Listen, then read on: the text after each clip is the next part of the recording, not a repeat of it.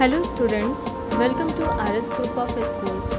आई am Rachna Dixit और आज के इस वीडियो में हम पढ़ने वाले हैं क्लास 9th का चैप्टर 8 रविंद्रनाथ टैगोर और उससे संबंधित एक कहानी का भी अध्ययन करेंगे जिसका नाम है तोता। तो आइए शुरू करते हैं इस चैप्टर को। सबसे पहले हम रविंद्रनाथ टैगोर जी के जीवन परिचय के बारे में जानेंगे। रविंद्रनाथ टैगोर का जन्म 7 मई सन 1861 ईस्वी को कोलकाता के प्रसिद्ध जोर सांको भवन में हुआ था। इनके जो पिता थे देवेंद्रनाथ टैगोर ब्रह्म समाज के नेता थे। आप उनके सबसे छोटे बेटे थे। आपका परिवार कोलकाता के प्रसिद्ध एवं समृद्ध परिवारों में से एक माना जाता था। भारत का राष्ट्रगान आप ही की देन है। रविंद्रनाथ टैगोर की बाल्यकाल से ही कविताएं और कृतियां और कहानियां लिखने में उनकी विशेष रुचि थी। रविंद्रनाथ टैगोर को प्रकृति से बहुत ज़्यादा लगाव था।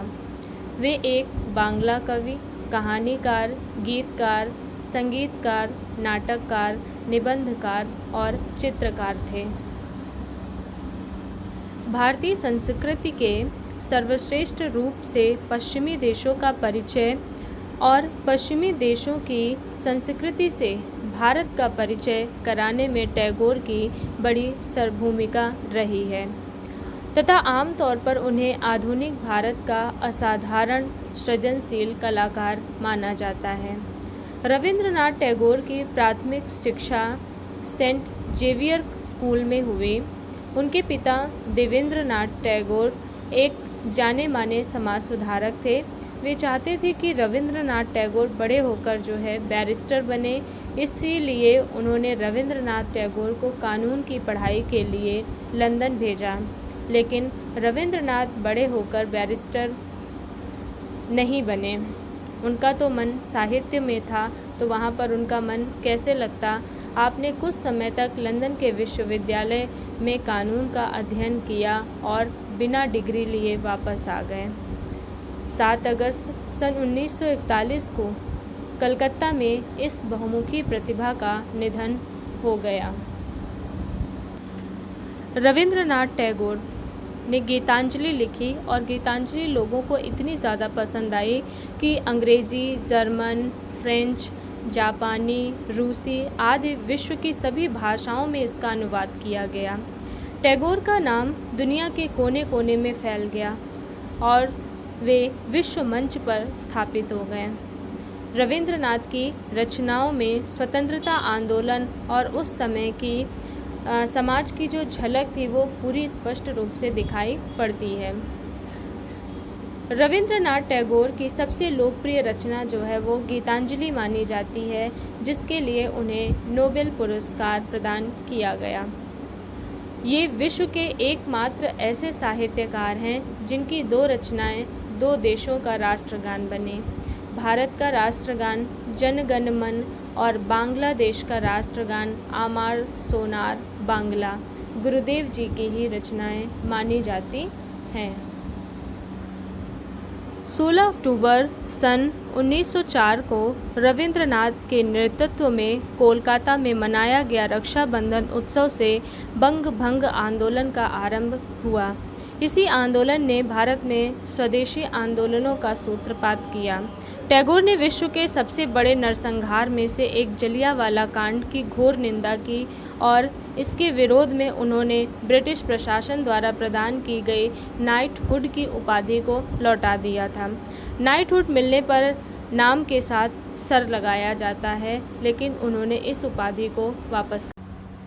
तो स्टूडेंट्स, चलिए हम इस चैप्टर का अध्ययन करते हैं जिसका नाम है तोता। ये रविंद्रनाथ टैगोर द्वारा लिखित कहानी है जिसका शीर्षक रखा है इन्होंने तोता। यह कहानी गुरुदेव ने 1924 में लिखी थी और इस कहानी में उन्होंने आधुनिक शिक्षा प्रणाली जो कि पुस्तकीय ज्ञान पर आधारित है उसका विरोध किया है। तो आइए इस कहानी को शुरू करते हैं। एक था तोता, वो बड़ा मूर्ख था। गाता तो था पर शास्त्र नहीं पढ़ता था। उछलता था, फुदकता था, उड़ता था, पर यह नहीं जानता था कि कायदा कानून किसे कहते हैं। राजा बोले, ऐसा तोता किस काम का? इससे तो कोई लाभ ही नहीं है, सिर्फ नुकसान ही नुकसान है। जंगल के फल खा जाता है, जिससे राजा मंडी के फल बाजार में कमी हो जाती है। मंत्री को बुलाया गया और कहा गया कि इस तोते को शिक्षा दो। तोते को शिक्षा देने का काम राजा के भांजे को मिला। पंडितों की बैठक हुई। विषय था उक्त जीव की अविद्या का क्या कारण है। बहुत गहरा विचार हुआ, चिंतन हुआ। सिद्धांत क्या ठहरा कि तोता अपना घोंसला साधारण खरपतवार से बनाता है, तो ऐसे आवास में विद्या नहीं हो सकती है। इसलिए सबसे पहले तो यह आवश्यक है कि इसके लिए कोई बढ़िया सा पिंजरा बना दिया जाए। राज पंडित जो थे उनको दक्षिणा मिली और वे प्रसन्न होकर अपने अपने घर चले गए। सुनार को बुलाया गया। वह सोने का पिंजरा तैयार करने में जुट पड़ा। पिंजरा ऐसा अनोखा बना कि उसे देखने के लिए दूर दूर से लोग आने लगे। लोग देश विदेश से लोग पिंजरे को देखने के लिए टूट पड़े। कोई कहता शिक्षा की तो इति हो गई, और कोई कहता शिक्षा ना भी हो तो क्या, पिंजरा तो बना, और इस तोते का क्या नसीब है। सुनार को बहुत सारा इनाम दिया गया। सुनार को थैलियां भर भर कर इनाम मिला। वह उसी घड़ी अपने घर की ओर रवाना हो गया। पंडित जी तोते को विद्या पढ़ाने बैठे और क्या बोले कि ये काम थोड़ी से किताबों का थोड़ी ना है, थोड़े से पोथियों का नहीं है। विद्या देने के लिए तो बहुत सारी पुस्तकों की आवश्यकता होती है। जब पंडित जी ने ये बात कही तो ये बात राजा के भांजे ने सुनी। उन्होंने उसी समय पोथी लिखने वाले को बुलवाया। पोथियों की नकल होने लगी। नकलों के पहाड़ लग गए। जिसने भी देखा उसने यही कहा कि शाबाश, इतनी विद्या के धरने की जगह भी तो नहीं रहेगी। नकल करने वालों को भी बहुत सारा इनाम दिया गया। वे अपने अपने घर को दौड़ पड़े। उनकी दुनिया में अब गरीबी यानी तंगी का नाम निशान भी बाकी ना रहा। दामी पिंजरे की देख रेख में राजा के भांजे बहुत व्यस्त रहने लगे। बहुत सारे नौकरों को रख लिया गया। उसकी देख रेख की जाने लगी। झाड़ू पोछा पॉलिश की धूम भी मची रहती थी। जो भी देखता वो यही कहता कि उन्नति हो रही है। पर संसार में और अभाव तो अनेक हैं, पर निंदकों की कोई कमी नहीं। निंदक मतलब बुराई करने वालों की। एक ढूंढो तो 1000 मिलते हैं। वे बोले, पिंजरे की तो उन्नति बहुत ज़्यादा हो रही है, पर तोते की खोज खबर लेने वाला यहाँ पर कोई भी नहीं है। यह बात जब राजा के कानों में पड़ी, उन्होंने भांजे को बुलाया और कहा, क्यों भांजे साहब, ये कैसी बात सुनाई पड़ रही है। भांजे ने कहा, महाराज, अगर सच सच बात सुनना चाहते हो तो सुनो। उसने सुनारों को बुलवाया, पंडितों को बुलवाइए और कहा कि नकल करने वालों को बुलाइए, मरम्मत करने वालों को बुलाइए। निंदकों का तो कुछ ज़्यादा नहीं है, उनको तो बुराई करनी ही करनी है, और क्योंकि उनको कुछ मिलता नहीं है इसलिए वो ऐसी ओछी यानी छोटी बातें करते रहते हैं। जवाब सुनकर राजा ने पूरे मामले को भली भांति और साफ साफ तौर से समझ लिया। भांजे के गले में तत्काल सोने के हार पहनाए गए। राजा का मन हुआ कि एक बार चलकर अपनी आँखों से यह देखें कि शिक्षा कैसी धूम धड़ाके से और कैसी तेजी के साथ चल रही है। सो एक दिन वह अपने मित्रों और मंत्रियों के साथ शिक्षाशाला में आ धमके। उनके पहुंचते ही वो जैसे ही शिक्षाशाला में पहुंचे, शंख, घड़ियाल, ढोल, ताशे, नगाड़े बजने लगे। पंडित गले फाड़ फाड़ कर और बोटियाँ फड़का कर मंत्र पढ़ने लगे।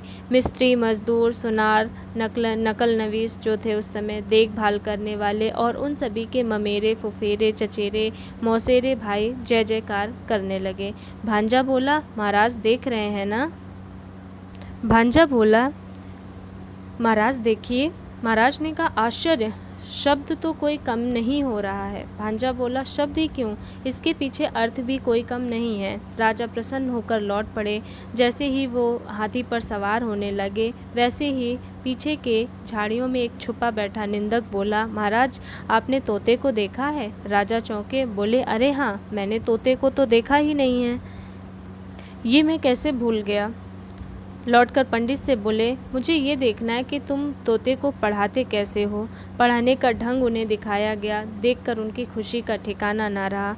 पढ़ाने का ढंग तोते की तुलना से इतना ज़्यादा बड़ा था कि तोता दिखाई ही नहीं पड़ता था। राजा ने सोचा, अब तोते को देखने की क्या ज़रूरत है, उसे देखे बिना भी काम चल सकता है।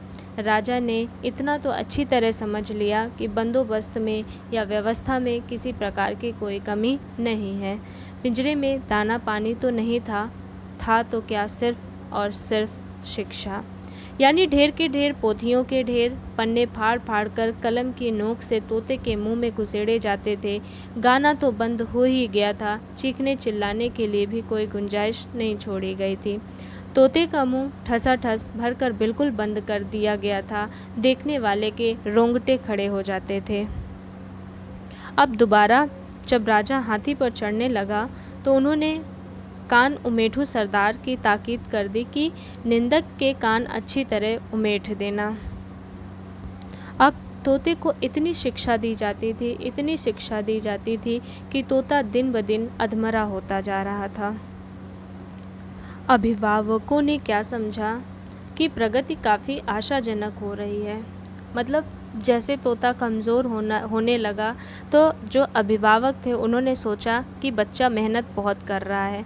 फिर भी पक्षी स्वभाव के एक स्वाभाविक दोष से तोते का पिंड अब भी छूट नहीं पाया था। सुबह होते ही वह उजाले की ओर टुकुर टुकुर कर निहारने लगता था और वो बड़ी ही अन्याय भरी रीति से अपने डैने मतलब पंख फड़फड़ाने लगता था, जैसा कि तोते का काम है उड़ना और उसे पिंजरे में कैद करके रखा गया था। इतना ही नहीं, किसी किसी दिन तो ऐसा भी देखा गया कि वह अपनी रोगी चोंच से पिंजरे की सलाखें काटने में जुटा हुआ था। कोतवाल गरजा, ये कैसी बेअदबी है। फौरन लुहार हाजिर हुआ, आग भाती और हथौड़ा लेकर के। वो धमाधम लोहा पिटाई हुई कि कुछ मत पूछिए। लोहे की सलाखों को और मजबूत कर दिया गया तथा तोते के डैने अर्थात पंख भी काट दिए गए, जिससे वो फड़फड़ा भी ना सके। राजा के जो संबंधी थे उन्होंने मुंह लटका लिया और सिर हिलाकर बोले कि इस राज्य के पक्षी जो हैं सिर्फ बेवकूफ़ ही नहीं, नमक हराम भी हैं। और फिर क्या था, पंडितों ने एक हाथ में कलम और दूसरे हाथ में बर्छा लेकर वह कांड रचाया जिसको क्या कहते हैं, शिक्षा कहते हैं। लुहार की लुहसार बेहद फैल गई और लुहारिन के अंगों पर सोने के गहने शोभने लगे और कोतवाल की चतुराई देखकर राजा ने उसे सिरोपा अदा किया। फिर क्या था, तोता मर गया। कब मरा इसका निश्चय कोई भी नहीं कर सकता। निंदक ने अफवाह फैला दी कि तोता मर गया। राजा ने भांजे को बुलवाया और कहा, भांजे साहब, ये कैसी बात सुनी जा रही है। भांजे ने कहा, महाराज, तोते की शिक्षा पूरी हो गई है। राजा ने पूछा, अब वो उछलता फुदकता भी है। भांजा बोला, अजी राम कहिए। अब राजा ने कहा, क्या अब भी तोता उड़ता है। भांजे ने कहा, ना, कतई नहीं। अभी भी गाता है। नहीं तो। दाना न मिलने पर अभी भी क्या चिल्लाता है। भांजे ने कहा, नहीं। राजा ने कहा, एक बार तोते को लाना तो सही, मैं देखूंगा जरूर। तोता लाया गया, साथ में कोतवाल आए, प्यादे आए, घुड़सवार आए। राजा ने तोते को चुटकी से दबाया। तोते ने ना हाँ की ना हूँ की। हाँ, उसके पेट में पोथियों के सूखे पत्ते खड़खड़ाने लगे। बाहर नव बसंत की दक्षिणी बयार में नव पल्लवों ने अपने निश्वासों से मुकुलित वन के आकाश को आकुल कर दिया। तो यहाँ पर जो इस कहानी का जो आधार है वो ये है कि रविंद्रनाथ टैगोर जी एक प्रकृतिवादी कवि थे। वो चाहते थे कि बच्चों की शिक्षा पुस्तकीय ज्ञान पर आधारित न होकर के उन्हें वातावरण या खुले वातावरण में प्रकृति के अनुरूप देनी चाहिए। इसके साथ ही वो रटंत विद्या का विरोध करते थे और बच्चों को करके सीखने पर या स्व अध्याय पर या फिर उनको प्राकृतिक वातावरण की गोद में सीखने के लिए प्रेरित करते थे और आजकल की पुस्तकीय ज्ञान का वो विरोध करते थे। Okay, thank you so much.